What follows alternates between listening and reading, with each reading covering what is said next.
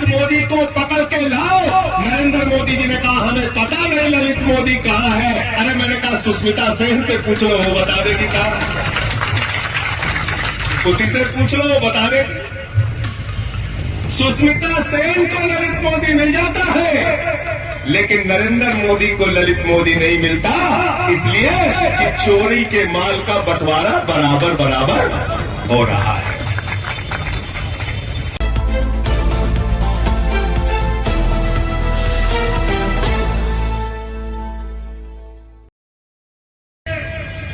कि नरेंद्र मोदी जी की जो सरकार है वो हिंदुस्तान के किसानों को कष्ट दे रही है, माताओं बहनों को कष्ट दे रही है, नौजवानों को कष्ट दे रही है, अन्नदाताओं को कष्ट दे रही है, इस देश के आम आदमी को तकलीफ दे रही है। इसलिए सोमेंद्र ढाका अपने आप को तकलीफ देके सरकार से मांग कर रहे हैं कि उनकी तकलीफ दूर करो।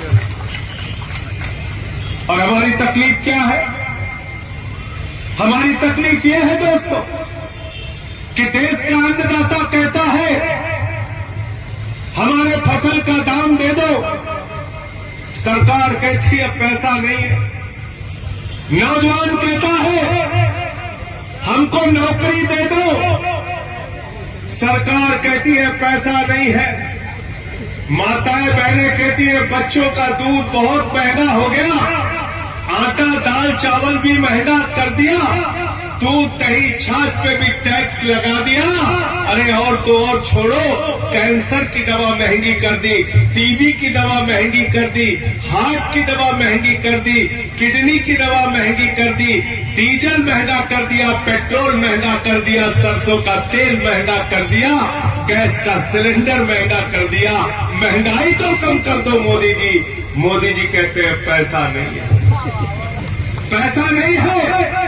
लेकिन ये पैसा गया कहां, इसका हिसाब मांगने के लिए आज इस क्रांतिकारी धरा पर आप लोग इकट्ठा हुए हैं। इस मेरठ कमिश्नरी के पार्क में आप लोग इकट्ठा हुए हैं, जहां तभी बाबा महेंद्र सिंह टिकैत जी अपने आंदोलनकारियों के साथ, किसानों के साथ आंदोलन करते थे, जहां तभी भारत के पूर्व प्रधानमंत्री चौधरी चरण सिंह जी आंदोलन करते थे, जहां हमारे मेरठ के तमाम क्रांतिकारियों ने जिस धरा पर आंदोलन किया, यहां पर आंदोलन करके, अनशन करके मोदी जी से आप पूछ रहे हैं मोदी जी हमारा पैसा गया था। आपको मालूम है आपका पैसा कहां गया? बैंकों में किसका पैसा जमा होता है? किसान का, मजदूर का, नौजवान का, छोटे व्यापारी का, कर्मचारी का। और वो पैसा जो आपका बैंकों में जमा था, वो पैसा मोदी जी ने निकाल कर अपने मित्रों को बांट दिया। कितना बांट दिया? 11 लाख करोड़ रुपए बांट दिया।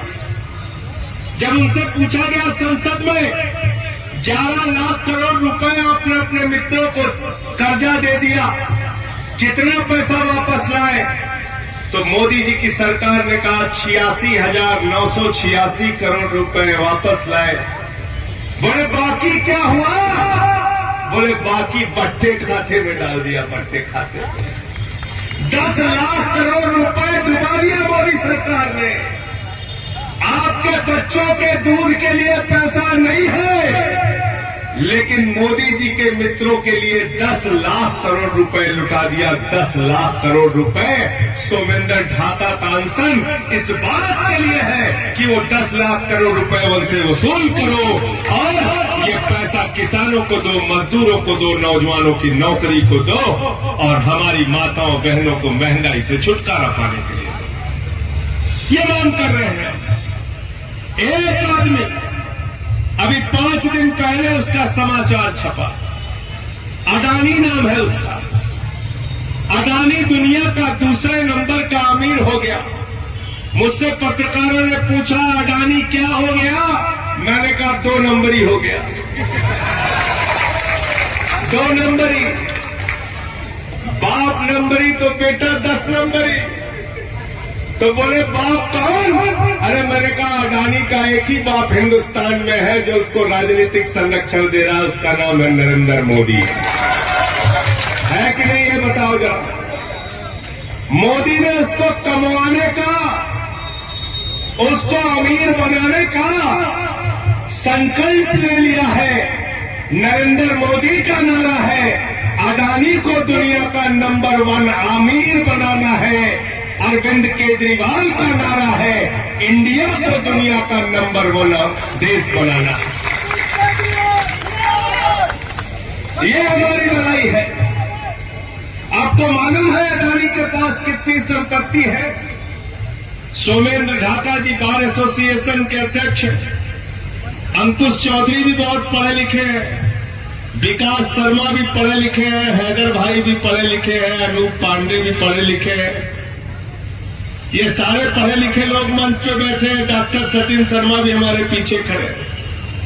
ये सब पढ़े लिखे हैं। लेकिन अगर इन पढ़े लिखे लोगों से मैं कहूं कि 13 लाख करोड़ रुपए लिख दो तो कोई नहीं लिख सकता। लिख पाओगे? महेश त्यागी जी लिख सकते हो 13 लाख करोड़? जीरो लगाते लगाते थक जाएंगे। संजय चेची भी बैठे हुए, अशोक कमांडो है, सबको मैं चैलेंज देता हूं, लिख के दिखाओ 13 लाख करोड़। लिख के दिखाओ 13 लाख करोड़। जीरो लगाते लगाते थक जाओगे। इतना पैसा है अडानी के पास। कितना? 13 लाख नहीं, 13 करोड़ नहीं, 13,000 करोड़ भी नहीं, 13 लाख करोड़ रुपया। कितना? 13 लाख करोड़। जीरो लगाते लगाते थक जाओगे। और मोदी जी ने कर्जा कितना दिया है? सोमेंद्र भाई ने बताया 77,000 करोड़ बैंक का कर्जा माफ कर दिया। और कर्जा दिया कितना है? 2.5 लाख करोड़ रुपए बैंक का कर्जा दिया है। 2.5 लाख करोड़ रुपए बैंक का कर्जा दिया है। अगर आपको 2.5 लाख रुपए का लोन खरीदना हो, लेना हो बैंक से, 2.5 लाख रुपए का लोन लेने में चप्पल घिस जाएगी। बैंक का मैनेजर दौड़ा दौड़ा के आपके पसीने निकाल देगा। 2.5 लाख रुपए आपको नहीं मिलेगा। अडानी को 2.5 लाख करोड़ का कर्जा मिला। तो मैं तो कह रहा था मोदी जी, ये वैशाली सिन्हा को भी 2.5 लाख करोड़ का कर्जा दे दो, ये भी 2 नंबर की अमीर हो जाएगी। दिला दो इसको भी 2.5 लाख करोड़ का कर्जा। क्यों भाई? गलत तो नहीं कह रहा हूं? तो ये अमीर बनाने की सनक सवार है मोदी जी। कह रहे हैं हम अपने बेटे अडानी को अमीर बनाएंगे। देश का बेटा गरीबी में रहे। भारत भूखमरी के मामले में 116 देशों की सूची में 101 नंबर पर आ गया। और मोदी जी अडानी को दूसरे नंबर का अमीर बनाकर खुश हो रहे हैं। हम ये व्यवस्था नहीं चाहते। हम चाहते हैं हिंदुस्तान से भूखमरी मिटे और जो पैसा है वो सबको बराबर मिले। किसी एक आदमी की तिजोरी भरते हो, दूसरों को भूखा मारते हो, ये व्यवस्था नहीं चलेगी। बागपत गए थे हम लोग 2-3 साल पहले। एक किसान ने आत्महत्या कर ली क्योंकि उसके ऊपर कर्जा था। मनीष सिंह जी याद है आपको? कितने का कर्जा था? 60,000 रुपए। कितने का? 60,000 रुपए का। और वो 60,000 का कर्जा नहीं दे पाया, इसलिए उसने आत्महत्या कर ली। क्योंकि बैंक वालों ने उसको घर पे नोटिस लगा दी, गांव में उसकी बेइज्जती हो गई। उसने कहा इससे अच्छा तो मर जाना है। लेकिन आज मोदी जी के जो मित्र हैं, नीरव मोदी 20,000 करोड़ लूट के भाग गया। विजय माल्या 9,000 करोड़ लूट के भाग गया। नितिन संदेशा 6,000 करोड़ लूट के भाग गया। ललित मोदी 3,000 करोड़ लूट के भाग गया। मैंने कहा नरेंद्र मोदी जी, ललित मोदी को पकड़ के लाओ। नरेंद्र मोदी जी ने कहा हमें पता नहीं ललित मोदी कहाँ है। अरे मैंने कहा सुष्मिता सेन से पूछ लो, वो बता देगी कहाँ। उसी से पूछ लो, वो बता दे। सुष्मिता सेन को ललित मोदी मिल जाता है, लेकिन नरेंद्र मोदी को ललित मोदी नहीं मिलता, इसलिए कि चोरी के माल का बंटवारा बराबर बराबर हो रहा है।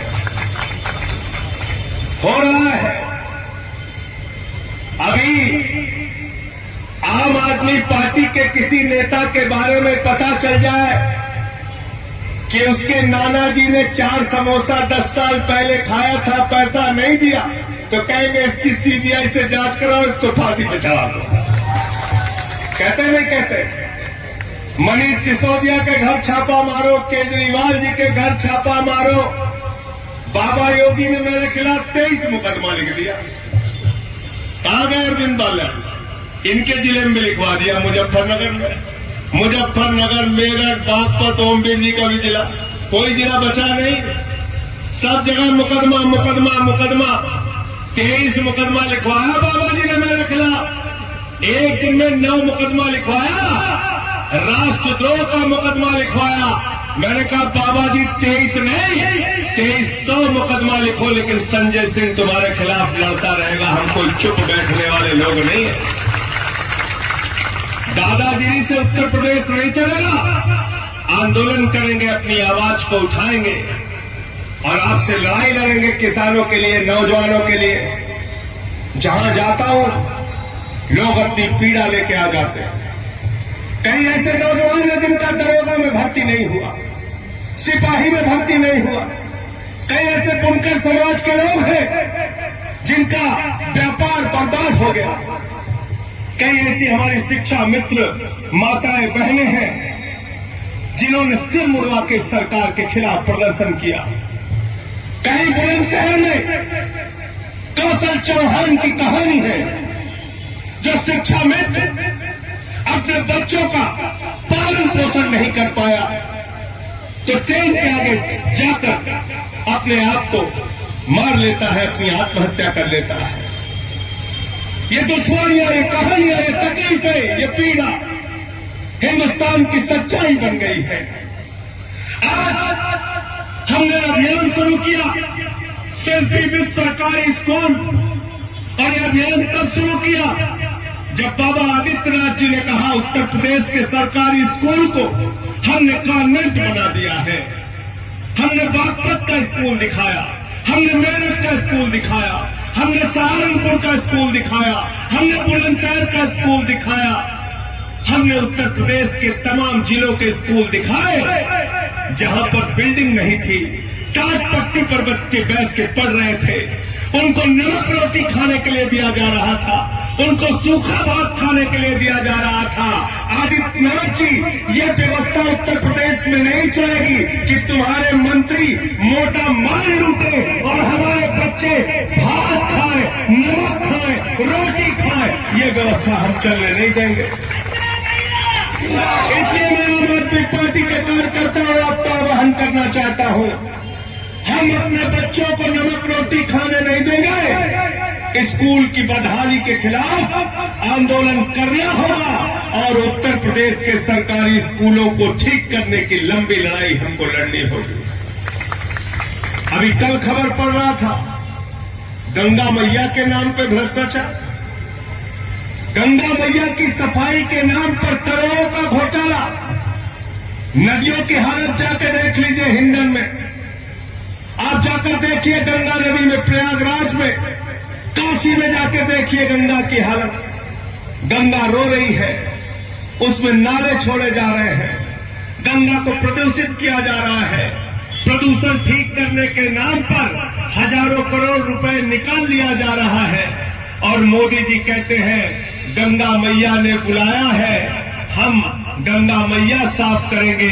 गंगा मैया नहीं साफ कर रहे हो मोदी जी, गंगा मैया के नाम पे रुपया साफ कर रहे हो, रुपया।